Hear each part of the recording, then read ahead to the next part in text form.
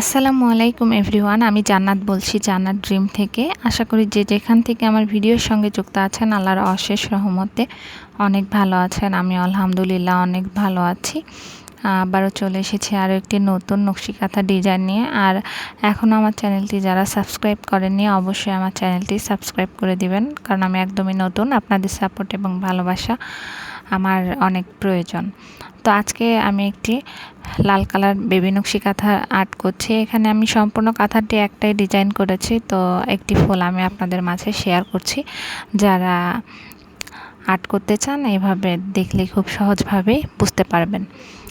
তো এখানে আমি 1 গজ কাপড় নিয়ে নিয়েছি। তারপরে যতগুলো ঘর করেছি আমি কাপড়টা মেপে ঠিক কতগুলো বক্স করলে কাপড়টার সমান হয় ঠিক সেভাবে আমি করে নিয়েছি। এখানে আমার লম্বা দিকে এসেছে 5টি এবং চওড়া দিকে এসেছে 4টি ঘর। তো এইভাবে আপনারা আপনাদের কাঁথার সাইজ অনুযায়ী বক্সগুলো করে নেবেন। তো এখানে মাঝ বরাবর আমি একটি ফুল বসিয়ে নিয়েছি এবং ফুলের চারপাশে 4টি লতা দিয়ে দিয়েছি। এটা সোজাভাবেও দেওয়া যায়, আমি একটু বাঁকাভাবে দিয়েছি, এটাও অনেক সুন্দর লাগে।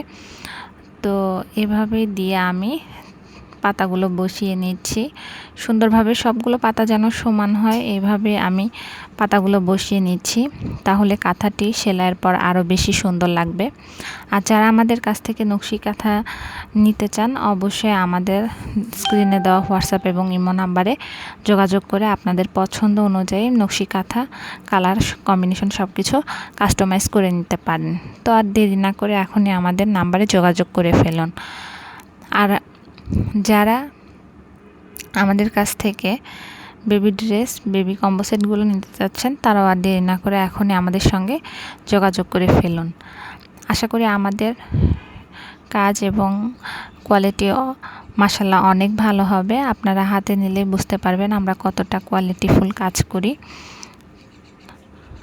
তো এখানে কথা বলতে বলতে আমার সম্পূর্ণ আঁকাটি প্রায় শেষের দিকে। তো এভাবেই সম্পূর্ণ পাতাটি আমি এঁকে নিচ্ছি।